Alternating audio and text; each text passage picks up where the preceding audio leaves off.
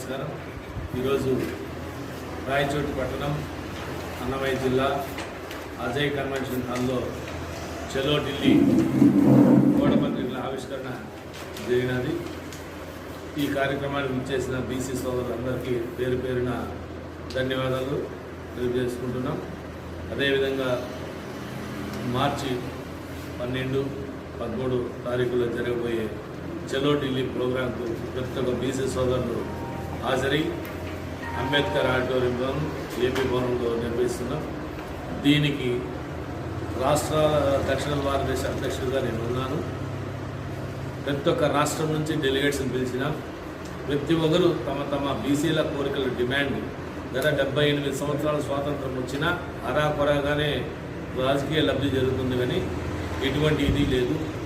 ఇప్పుడు ప్రస్తుతం ప్రధానమంత్రి గారు 3వసారి బీసీ వ్యక్తి కావడం శుభపరిణామం. అదేవిధంగా 23 మంత్రిత్వ శాఖలు బీసీలు కేటాయించినారు.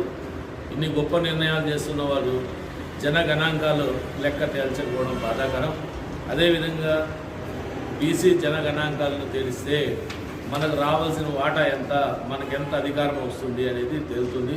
కాబట్టి ఇప్పుడు ఆంధ్రప్రదేశ్ శాసనసభ సమావేశాలు జరుగుతున్నాయి. తెలంగాణ ప్రభుత్వం రేవంత్ రెడ్డి ముఖ్యమంత్రి గారు బీసీ గణాంకాలు మొదలుపెట్టినారు. కొద్దిగా తప్పు తడకలు జరిగితే మళ్ళా దాన్ని రీషెడ్యూల్ చేసి 13 రోజులు టైం ఇచ్చినాడు. ఒకటి మాత్రం నేను చెప్తున్నాను, గుర్తుపెట్టుకోవాల్సింది మీడియా మిత్రులారా, మీరు జనగణాంకాల ఆఫీసర్లు వచ్చినప్పుడు మీరు వచ్చేది 9 గంటల పైన ఆఫీసర్ వచ్చేది. అతను వృత్తి ధర్మం 9 గంటల పైన డ్యూటీకి వస్తాడు.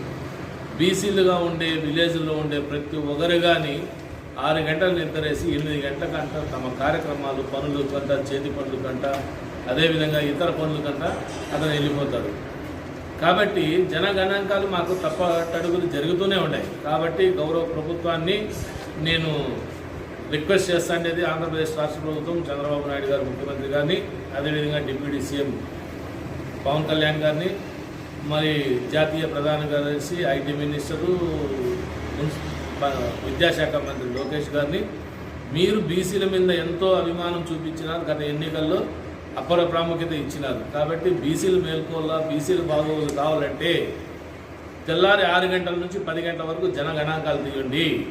అదేవిధంగా సాయంకాలం 5:30 నుంచి రాత్రి 9:30 వరకు జనగణాంకాలు తీసి మా బీసీల గణాంకాలు నీతి నిజాయితీగా జరిగితే ఖచ్చితంగా బైఫర్గేషన్ రాబోతుంది. జనగణాంకాలు నియోజకాలు జరగబోతున్నాయి. కాబట్టి ఆంధ్రప్రదేశ్ రాష్ట్రంలో దక్షిణ భారతదేశ ప్రెసిడెంట్గా నా కోరిక ఇది. దీన్ని మీరు ఎంత త్వరగా తీర్మానం చేసి అసెంబ్లీలో కేంద్రానికి పంపిస్తే, గత 4 సంవత్సరాల నుంచి జంతర్ మంతర్లో అలుపెరగని పోరాటం చేసినాం. బీసీలకు చట్టసభలో రిజర్వేషన్, అదేవిధంగా మహిళా కోటాలో సబ్ బీసీ ప్లాన్ పెట్టమని చెప్పి కోరుకుంటున్నాం. ప్రతి ఒక్క బీసీ సోదరులకి అదే 8 లక్షల లోపల ఉండే క్రిమిలేయర్ని కానీ తొలగించాలని చెప్పి డిమాండ్ చేసినాం.